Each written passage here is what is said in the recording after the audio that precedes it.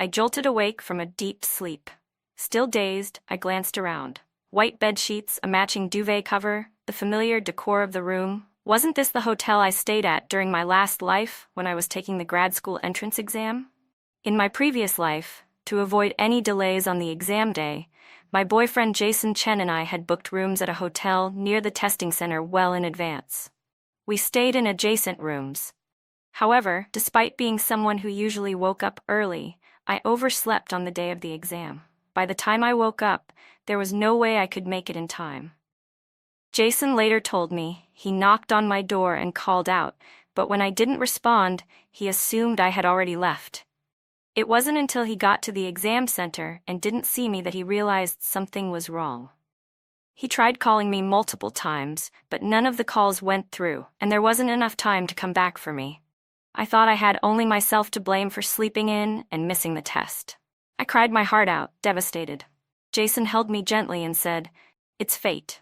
If you didn't take the exam, it's okay. You'll still find a good job with your bachelor's degree." A few months later, Jason was accepted into a prestigious 985 university for his graduate studies. As for me, I got a job at a major tech company through campus recruitment and began the grueling 99 to 96 work life. Jason constantly complained to me about the stress of studying, the pressure of social obligations, and how his small stipend wasn't enough to live on. Wanting him to focus on his studies, I used nearly all of my hard-earned salary and bonuses to support him. But he used my money to treat younger female classmates to meals and fun while he was in school. After graduating, he dumped me without hesitation and ran off with one of those girls. I confronted him, asking what I had ever done wrong to deserve this. He looked at me with disdain, eyes full of sarcasm, and said, "Lena, I've been improving all these years while you've been standing still, lacking ambition. What makes you think you deserve me?" I couldn't say a word. On the way home, I was in such a daze that I was hit and killed by a speeding car. It wasn't until I was lying in a hospital bed, dying, that I found out the truth. Jason had drugged my brown sugar drink with sleeping pills that morning. His intention was for me to miss the exam so I could become a free ATM, funding his education. I was filled with endless regret, but it was too late. I died with bitter hatred in my heart. But the heavens must have taken pity on me. Somehow, I was reborn. Still piecing everything together, I picked up my phone. As expected, there were 2 missed calls from Jason Chen, clearly staged to look like he had tried to wake me up. Maybe it was my overwhelming resentment that altered fate. But this time, I woke up a full 30 minutes earlier than I had in my past life. It was now 8:18 a.m. Given the distance between the hotel and the exam center, I wouldn't make it by walking. But if I ran, I might still make it before the 8:45 cutoff. With that thought, I threw off the blanket and rushed out the door. Every second counted. I sprinted down the road like my life depended on it, and finally made it into the exam center at 8:44. Thank God, I still qualified to take the test. Jason was assigned to the same testing room as me. When he saw me rush in, his face twisted with a strange mix of shock, awkwardness, and unease. Jason wanted to get into grad school, but he didn't want to deal with any tough competition. He clung to me like a parasite, even choosing the same school and major I had. My scores had always been better than his, so my chances of getting in were far higher. By stopping me from taking the exam, he'd remove a strong competitor and keep me around to support him financially, killing 2 birds with 1 stone. What a manipulative, penniless scumbag. I gave him a long, cold stare, then sat down at my desk. I had spent 2 full years preparing for this exam. The test questions weren't difficult for me. Even with the few minutes I lost at the start, I still managed to complete everything smoothly. After submitting my exam, I was packing up when Jason suddenly stormed over and questioned me coldly. "Lena, where did you go this morning? I called you several times and you didn't pick up. You almost missed the exam." Ha! I hadn't even confronted him yet, and here he was playing the victim first. Remembering the betrayal of my past life, I wanted to rip that fake, hypocritical face of his to shreds. But I had more exams to take. I couldn't afford to lose control now. So I simply clenched my fists tightly, staring at Jason with cold, burning hatred. "I live right next door to you. You left quietly on your own without calling for me. Were you hoping I'd miss the exam? I said coldly. I had always treated Jason Chen with warmth and care throughout the years we were together. I had never spoken to him so harshly before. Jason froze for a second. Lena, what are you talking about? He said, feigning confusion. You're the one who overslept. How can you blame me? Oh? I raised an eyebrow. Didn't you just say you didn't know where I went this morning? So how would you know I overslept? I quickly caught the inconsistency in his words. With a half smile, I added, Could it be you deliberately made me oversleep? Like a guilty thief caught red-handed, a flash of panic flickered in Jason's eyes. But he wasn't stupid, he immediately masked it with irritation. Lena, what the hell are you trying to say? Exactly what it sounds like, I said flatly. I didn't bother with him any further. I turned around and walked out of the exam room on my own. On the way back to the hotel, I considered going to the police. I even typed 911 into my phone, but when I got to the final digit, I hesitated and stopped myself. Last night's brown sugar drink had been brought to me by Jason in a disposable paper cup. After I drank it, he casually took the cup away. At the time, I thought nothing of it, just assumed he had the habit of cleaning up after himself. But looking back now, it was clear he was being meticulous, destroying the only piece of evidence before I could even sense anything was wrong. Reporting this now probably wouldn't lead to anything. There'd be no evidence, and worse, I'd alert him that I was on to him. Better to wait. I'd stay calm, finish the exams, and handle everything afterward. Lost in thought, I found myself back at the hotel without even realizing it. Just as I stepped into the elevator, Jason came rushing after me, clearly in a panic. He must have been hiding all this time, worried I had caught on to something. Now, seeing that I hadn't called the cops or done anything out of the ordinary, he finally relaxed and showed himself. Lena, don't be mad, he said, putting on a remorseful face. I shouldn't have snapped at you earlier. I called and knocked this morning, but you didn't answer. I really thought. Hearing him repeat the exact same excuse he'd used in my previous life, I couldn't help but sneer inwardly. On the surface, though, I put on a calm face and said, It's nothing. It wasn't your fault. I was just in a bad mood and said something I shouldn't have. Jason's eyes clearly brightened with relief.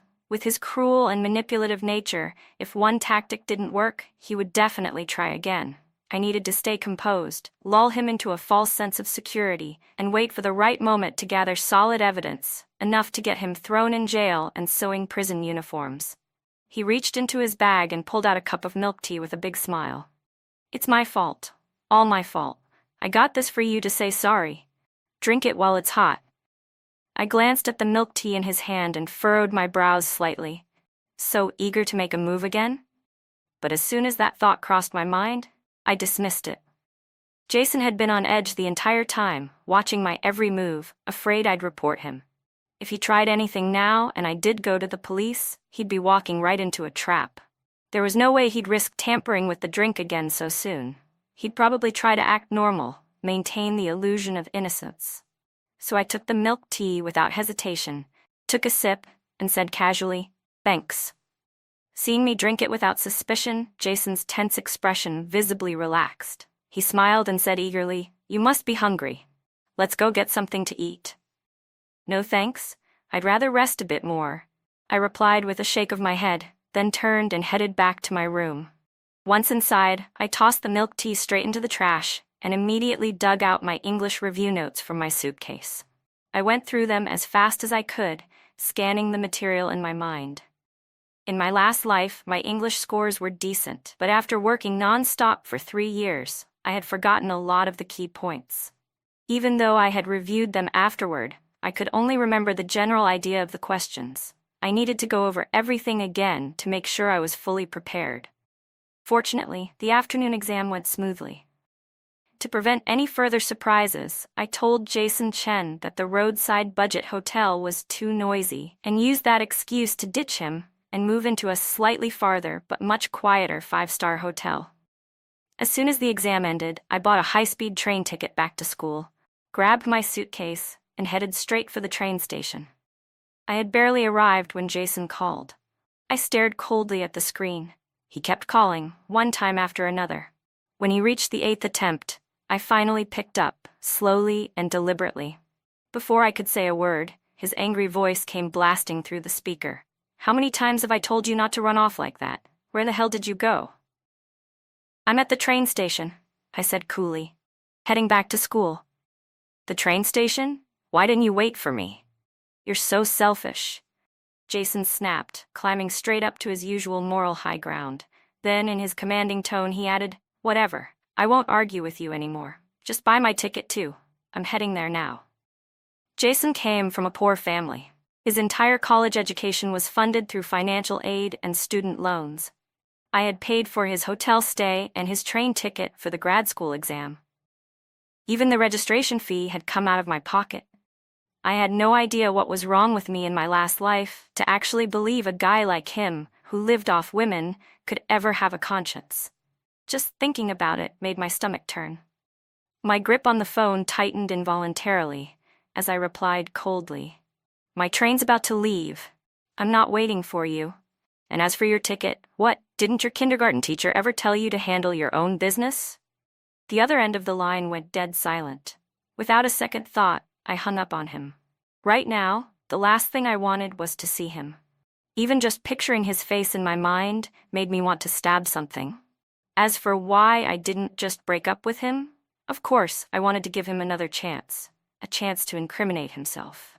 Let the filth come to light and stick to him for good. While I was lost in thought, Jason tried calling again, this time with a voice call. I couldn't be bothered to deal with him anymore. I turned my phone off. With the stress of the exams behind me, I finally felt relaxed. I slept soundly all the way to my destination. When I dragged my suitcase back into my familiar dorm room, it felt like a lifetime had passed. My roommate, Kiki Wong, had applied to a school closer by, so she was already back. As I walked in, she paused her scrolling through short videos and said mockingly, well, the queen of true love actually came back this early?" Kiki had always been blunt. Back when I first started dating Jason, she had warned me several times that he was manipulative and not to be trusted. She told me to think more for myself and stop spending so much money on him. When she found out I'd missed the exam because I overslept, she even asked suspiciously whether I had eaten or drunk anything Jason had given me the night before. But I had been too blind, too deep in denial. Not only did I ignore her concern, I accused her of insulting Jason. We had a huge fight, and after that, she completely gave up on me and stopped talking to me altogether. Now, seeing her again, I suddenly felt a sting in my nose. Tears welled up. I almost cried right then and there. Seeing my eyes turn red in an instant, Kiki sat up nervously from her bed. "Whoa, all I did was tease you a little. What, are you trying to guilt-trip me?" "Of course not," I said, biting my lip. I didn't want to cry, but as memories of my past life came flooding back, the tears just wouldn't stop. "Thank you, Kiki," I said quietly. Kiki looked at me, completely puzzled. "Thank me? For what?" "Thank you for warning me that Jason wasn't a good guy. I'm finally going to break up with him. These past 3 years I was too deep in it, too wrapped up in that stupid relationship." At that, Kiki raised her brows, clearly stunned. She scanned me up and down, as if to make sure I wasn't joking. Her voice grew serious. "What happened?" I changed into my pajamas and sat down in my chair. Then I told her everything. How I had drunk the brown sugar water Jason gave me the night before the exam, and how I had nearly overslept and missed the first test the next morning. Do we even need to guess? Even a pig could figure out there was something wrong with that brown sugar drink. Kiki Wong snapped, slamming her palm on the desk so hard that my water cup rattled. "This is disgusting. Why didn't you go to the police?" "I only suspected it." "I didn't have any actual evidence," I said, shaking my head. "If I had gone to the cops, it would have stirred up a scene for nothing and affected the exam." I leaned in slightly, lowering my voice. "I haven't confronted Jason Chen yet. Once he gets back to school, he'll definitely try to cling to me again. I'm telling you this because I want you to keep your distance from him. If he thinks you're the reason I broke up with him, who knows what he might do to you." "Don't worry. Scumbags like that, of course I'll steer clear." Kiki's face was full of disgust. When she looked at me again, there was a bit of that, "I can't believe you're still dealing with this," kind of frustration in her eyes. He's already shown his hand. You're still not cutting him off? What? Still not done being his doormat. Seeing her staring at me like I was some lovesick idiot, I couldn't help but give a wry smile. After everything he's done, nearly ruining all the years of hard work I put in, do you think I'll let this go? I'm gonna find solid evidence and make sure he pays. Otherwise, what's the point of being reborn? Kiki visibly relaxed at that. After thinking it over, she added, "There's an old saying, a thief can strike any day, but you can't guard against one every day. Be careful. Don't eat or drink anything he gives you. If anything happens, you'll regret it." "Yeah," I nodded. She wasn't being dramatic. A few years ago, someone had tampered with the water bottle of the top scorer in a national civil service exam, just to secure a spot for themselves. They had slipped banned substances into the drink, then reported it to the hiring agency. Although an investigation later confirmed the candidate had been framed, the presence of the banned substance in their system was undeniable. According to regulations, they were permanently disqualified from ever applying for public service again. All I wanted was to catch Jason committing a real crime. I had no intention of becoming collateral damage in the process.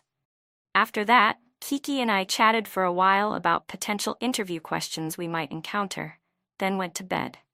The next morning, I was woken up by a phone call. Damn it, I had forgotten that Jason had 2 phone numbers. I had only blocked one. I quickly hung up and added this one to the block list too. Just as I blocked him, a text popped up from his number. "Lena, how can you be so heartless? Do you have any idea what you've done?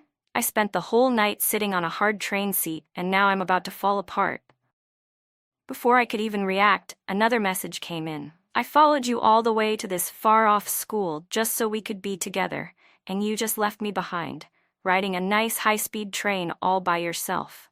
If you had even a shred of conscience, it would eat you alive every day." His shamelessness made me laugh out loud. He hadn't followed me anywhere. He had been too lazy to do the research, too broke to afford tutoring, too careless to take notes, and had just latched onto me from the start. He was worried I'd do better than him, so he sabotaged my exam. And now he had the gall to say he was accompanying me? If I hadn't lived through this myself, I wouldn't believe someone this shameless even existed. I shot back a reply without hesitation. "Jason, have you no shame? Over the past 2 years, how much money have I spent on you? Do I need to tally it all up for you?" Poverty and pride don't mix, and Jason's financial insecurity had always been his biggest weakness. As expected, he didn't reply. I thought hitting his sore spot would buy me a few days of peace, but I had underestimated just how far Jason would go. He ambushed me outside the dorm building. Right there, in front of everyone, he suddenly dropped to his knees and burst into tears. "Lena, I know you're still mad at me. I shouldn't have failed to set extra alarms for you. I shouldn't have gone to the exam without checking again when you didn't answer the door. I was wrong. I swear I'll never do it again. If I have to give up my future to stay by your side, I will." Manipulative men like Jason were masters of flipping the script. One moment of drama, one pitiful act, and suddenly, sympathy was flowing from every direction. People around us started whispering and pointing. "What kind of person is that? Overslept and nearly missed the exam, and now she's blaming someone else? Seriously, a man should have dignity. Forcing your boyfriend to kneel in public? That's just aggressive and gross. She thinks she's all that just because she's got a little money." As Jason Chen realized he had successfully turned public opinion, a flash of smugness flickered in his eyes. He quickly shifted into an even more pitiful and helpless expression. "Don't be so hard on Lena," he said, choking up. "She's always been kind and gentle. It's not what you all think." Watching his pathetic performance, I couldn't stop sneering on the inside. The only reason he dared act so shamelessly was because he was sure I was too dumb to suspect that the brown sugar drink had been drugged. He assumed I was just mad because he hadn't knocked harder to wake me up. He counted on me not realizing the truth. No matter what my written test score ended up being, he believed there was still a chance to sabotage me before the interviews. I'd failed to get into grad school, and he'd keep me around as his personal ATM. Too bad his grand plan was doomed from the start. Once I saw his act had built up enough tension, I squeezed out a few tears and began to cry, my voice trembling. Jason, do you even have a conscience when you speak? For the past 2 years, I've cooked for you, done your laundry, organized your notes, signed you up for prep courses. I even paid your exam fees and your hotel. Just because I didn't have money to buy you a high-speed rail ticket home, you hate me for it? You humiliate me in public like this? I raised my voice, practically shouting. A fresh wave of onlookers crowded around. Then I dropped to my knees with a loud thud. I come from an average family too. I barely get by each month on a tiny allowance. I really don't have money for you anymore. Please, just let me go. As I finished, I bowed deeply twice, slamming my forehead to the ground. Kneeling and playing the victim? Please, I could act better than him any day. A couple of light taps on the floor weren't going to hurt me, but they gave me the moral high ground in the crowd and knocked a few years off Jason's life in the process. Win-win. For over 2 years, I'd always been the sweet, docile girlfriend, the kind who never raised her voice. Jason had never seen me like this. Furious, out of control, completely unhinged. He was so shocked, he jumped to his feet and backed far away. Right at that moment, Kiki Wong returned to the dorm building. She had long lost all patience with Jason's shamelessness, and with her bold and outspoken personality, she didn't hesitate for a second. She rushed over, pulled me up from the ground, then planted her fists on her hips and yelled at him. Kiki had a sharp memory. She recalled every awful thing Jason had done to me over the past few years, and she laid it all out loud and clear. With each point she brought up, the crowd grew more and more disgusted. No girl likes a scumbag. The same people who had just accused me of being dramatic now turned on Jason, calling him a jerk and a disgrace. Jason never expected things to spiral out of control like this. In the end, he fled the scene, tail between his legs. That entire scene was captured on video by multiple students. It quickly made its rounds through various alumni group chats, becoming the hot gossip of the week. But I had no intention of letting Jason off so easily. Once I got back to the dorm, I made a mind map detailing every cent I'd spent on him over the 2+ years we'd dated, every meal, every ride, every class, every errand I'd run. I even listed every sacrifice I had made for his sake. Then I posted the whole thing anonymously on the campus confession board. Jason was completely and publicly destroyed. The chaos lasted 3 days. Everyone thought the whole thing was finally over. But this was just the appetizer. My real goal was to enrage Jason before the results of the written exam were released. People act recklessly when they're angry, and in his case, he had already nearly succeeded in ruining me once. He wouldn't hesitate to try again. I needed him to snap, to take one last risk, and for that, I needed to disappear from his world entirely. So Kiki and I packed our things and flew to Sanya for vacation. I paid for everything.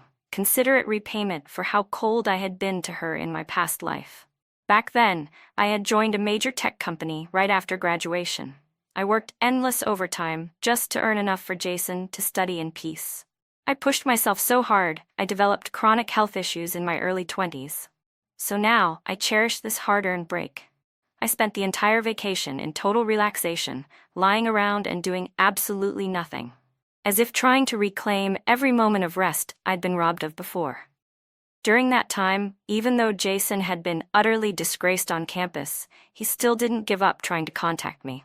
When I wouldn't pick up his calls, he spammed me with message after message, apologizing and begging for forgiveness. Again and again. Jason started dropping subtle and not so subtle remarks about how getting a master's degree wasn't that useful anyway. In his words, everyone has a graduate degree these days, and it still doesn't guarantee a job. Might as well start working after undergrad and build up 3 years of experience instead. I hadn't planned to respond, but after seeing enough of those messages, I couldn't help myself. I snapped back, blunt and direct. If everyone's doing it, that still doesn't mean you can actually get in. And considering your financial situation, wouldn't it make more sense to go out and earn money for your family instead? Some people are just born shameless. After I hit him with a few truth bombs, Jason's messaging slowed down considerably. Time passed quickly when you were relaxed and living comfortably. Before I knew it, the exam results were released.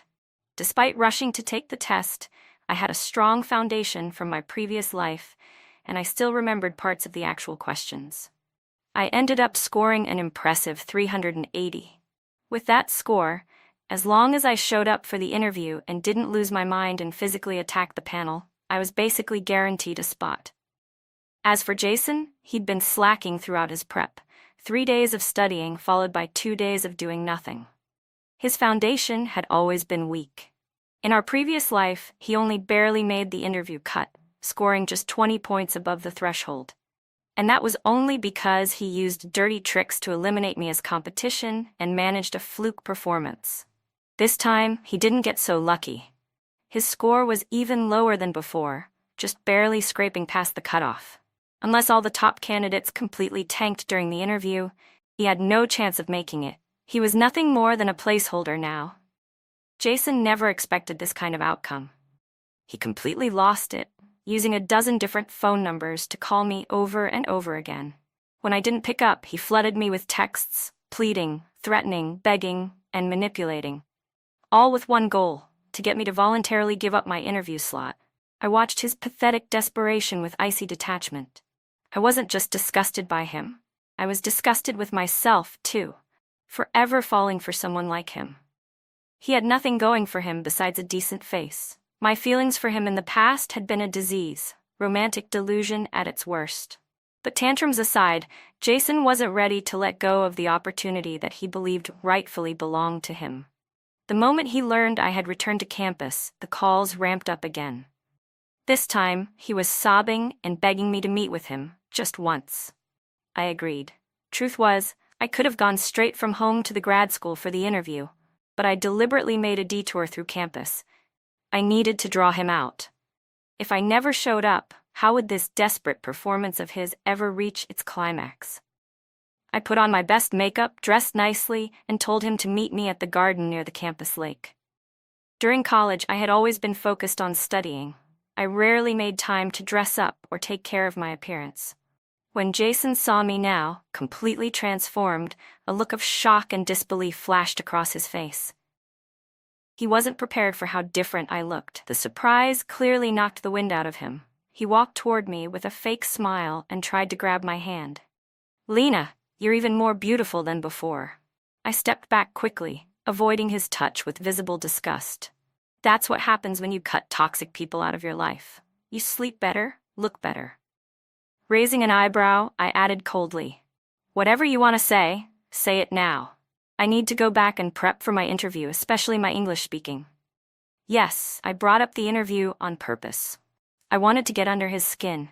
Sure enough, the moment he heard the word interview, his expression tightened. He didn't even bother to sugarcoat it anymore and jumped straight into his fake, wise and caring tone. "Lena, it's always been said that the man should work outside the home while the woman takes care of the family. Once we're married, I'll be out there making money for us. There's no need for you to push yourself so hard going to grad school." "Jason, you must have a really poor memory," I said calmly. "The last time you made a scene outside my dorm, I told you, I'm done. We broke up."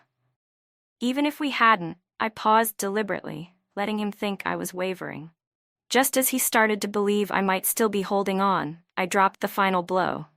"Even if we hadn't broken up, what makes you think someone as broke as you could ever afford to marry me?" The truth always stings. Jason Chen's face turned as black as the bottom of a burnt pot the moment I hit his sore spot. His eyes were filled with barely concealed rage. I looked at him with growing contempt and couldn't even be bothered to say another word. I turned and walked back toward the dorm without looking back, leaving him standing there alone, disheveled in the cold wind. Still, anger alone wasn't enough to stop him. Jason quickly shifted tactics and tried new ways to persuade me to give up my interview slot. He even had his parents call me, begging me to give Jason a chance at his future. To make up for it, they said they'd break tradition and offer a $5,000 dowry when we got married. $50,000, what a life-threatening sum for their whole family. I rejected the offer without hesitation. In fact, I sent them a full breakdown of every expense Jason had racked up on my dime over the past few years and told them to pay it back. Otherwise, I'd sue. I didn't need to imagine the storm my message must have stirred up in the Chen household. The timing was right. The more furious and panicked Jason became, the more likely he'd slip up. I was waiting for that desperate moment when he'd finally lash out. Sure enough, the night before the interview, Jason called again. This time, he put on a humble and gentle act, asking to meet one last time. Was he finally ready to make a move? I was honestly looking forward to it. I curved my lips into a faint smile and agreed to the meeting. Jason was just as stingy as ever. Even with everything on the line, he couldn't bring himself to splurge on a decent meal. He picked a cheap mala hot pot place right outside the school gate. When he saw I'd shown up as promised, he visibly relaxed and eagerly pulled out my chair. Then, as if he'd practiced it, he handed me the bottle of pulpy orange juice that had been sitting in front of him. "Lena, you must be thirsty. Have some juice first," he said with a big, eager smile. Of course, I was already on guard. There was no way I'd drink anything Jason gave me at this point. But to keep him from getting suspicious, I accepted the bottle naturally, as if out of habit. Then I casually glanced over the dishes on the table, completely uninterested. "I don't like this stuff anymore," I said flatly. "There's a braised duck neck shop next door. Go buy me some spicy duck neck, will you?" Naturally, Jason jumped to fulfill the request. He left immediately. The second he was gone, I pulled out a bottle of orange juice from my bag, the exact same brand and packaging, and quickly swapped it with the one on the table. If Jason had tampered with anything, the drink would have been the easiest target. He knew orange juice was my favorite, so if he were going to drug me, he'd pick the drink I was most likely to finish. I anticipated his plan, so I came prepared. And even if he had brought a different drink, I would have insisted he get orange juice anyway, just so I could switch it when he wasn't looking. Let him outsmart himself for once. Jason returned quickly with the duck neck. When he saw that I had already drunk half the orange juice in my cup, his eyes flashed with a hint of barely concealed triumph. He kept urging me to eat more of the hot pot. When he picked up his chopsticks and started eating, I was sure there wasn't anything in the food. To put him even more at ease, I ate along with him. Showtime was coming. Sure enough, the next morning, just as I arrived at the interview venue, a pair of police officers came to find me. They showed me their badges and said sternly, "Miss Lena Lee, your boyfriend Jason Chen has reported that you've been using illegal substances. We need you to come with us." "What? That's impossible. I haven't." Before I could finish, I turned to see Jason standing nearby, his face contorted in fake disbelief. Wow, I had thought maybe he'd be smarter than this, at least send an anonymous tip. But no, he had gone ahead and filed a report under his real name. Stupid beyond belief. I couldn't have asked for a better setup. It would make it even easier for the police to get to the truth and clear my name. Jason thought he'd succeeded in his little scheme. He immediately switched to his victim act, trying to sound heartbroken and righteous. "Lena, please don't hate me for this. We all have a duty to fight drugs. I just didn't want to watch you spiral down a dark path." "Great," I said with a smile. "Let's see who ends up going down for this." I calmly followed the officers to the station for further investigation. After a full round of hair and urine tests, the results confirmed that there wasn't a single trace of illegal substances in my system. "Officer," I sobbed, tears streaking down my face, "I told you I was being framed. I'm about to have my grad school interview. It has to be Jason Chen trying to ruin me. He's been pestering me non-stop, trying to force me to withdraw and give him my spot." I cried my heart out at the police station, gritting my teeth as I begged the officers to get justice for me. I had saved every message Jason had sent me, and I had recordings of both times we met. The evidence was solid. Given the context, it was clear that Jason was the most likely person to target me. Naturally, the police placed him as the prime suspect. While giving my statement, I casually mentioned how Jason had bought me dinner and given me a bottle of pulpy orange juice. Through my tears, I explained how he was nothing more than a manipulative scumbag. Back during the written exam, I drank brown sugar water he gave me and nearly overslept, almost missing the test. That's why I was careful this time. I didn't drink the orange juice he gave me. What if? The officers immediately picked up on the implication. "Where's the bottle now?" they asked. It's in my hotel room, I replied. I had considered bringing it with me, but decided against it. Making the evidence seem too conveniently placed might raise suspicion. Leaving it in the room looked more natural. The police didn't waste a second. They headed straight to my hotel and recovered the bottle of orange juice. Lab tests confirmed it. The drink had been laced with a banned substance. If I had consumed it, I wouldn't just have lost my chance at grad school. My name would have been blacklisted from any national-level exam for life. The officers also pulled the security footage from the hot pot restaurant. It clearly showed me switching the drink while Jason was out. Forensic analysis found Jason's fingerprints all over the tampered bottle. Of course, Jason denied everything. He insisted he had nothing to do with it. But by that point, the case had already reached the threshold of a criminal investigation. Denial wasn't going to save him. The police searched his phone and computer. Though he had tried to delete the critical evidence, digital forensics easily recovered it. The drug had been purchased on the black market, traced directly back to Jason. Following the leads, authorities uncovered and shut down an entire illegal drug ring. With the evidence stacked high, Jason couldn't deny it anymore. He broke down again, sobbing and pleading for mercy. I wasn't thinking clearly.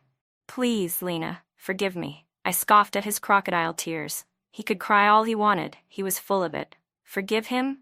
In this life or the last, who had ever forgiven me? Trash like him belonged behind bars, sewing prison uniforms until the day he died. Jason Chen was officially arrested. Given the malicious nature of his actions, I reached out to a few media outlets, making sure the story spread far and wide. Public outrage exploded. The entire community was furious. Jason was facing serious criminal charges. His bright future was now a prison sentence, and he was bound to spend his youth behind bars. His loudmouth mother called me repeatedly, sometimes begging, sometimes screaming. I didn't argue with her. I just calmly gathered all the threats and verbal abuse, then filed a lawsuit. Perfect. Now mother and son could be reunited in prison. By the time everything was settled, I had already been officially accepted into my dream grad school, scoring first place in both the written and interview portions. On the new campus, I found myself surrounded by brilliant mentors and peers. We shared the same passion for science, working toward our research goals together. One breakthrough led to another. The life I had lost in my past was finally back on track in this one. Just as I'd once dreamed, I became a researcher who could truly contribute to society. 6 months later, Jason's poisoning case went to trial. He was convicted on multiple counts and sentenced to 10 years in prison. He appealed the decision, but the original ruling was upheld. He had gained weight, grown ugly, and completely lost the confidence and swagger he once had. His back hunched, his presence empty, he looked like a useless, broken man. See? A stolen life always comes back to bite you. From afar, Jason looked at me. His mouth moved slightly as if trying to say something. Judging by the shape of his lips, it seemed like he remembered our past life. He realized he was wrong. He regretted it. But what past life? The people in the courtroom would only think he'd lost it from too much time in holding. The police quickly stepped in and dragged him away. I didn't look at Jason Chen again. I turned and walked out without a single glance back. People have to look forward in life. Jason had paid the price for his malicious actions. There was no need for me to carry around hatred for him anymore. Whatever we had in this life, it was over, permanently. Outside the courthouse, the sun was shining. My beautiful new life was just beginning.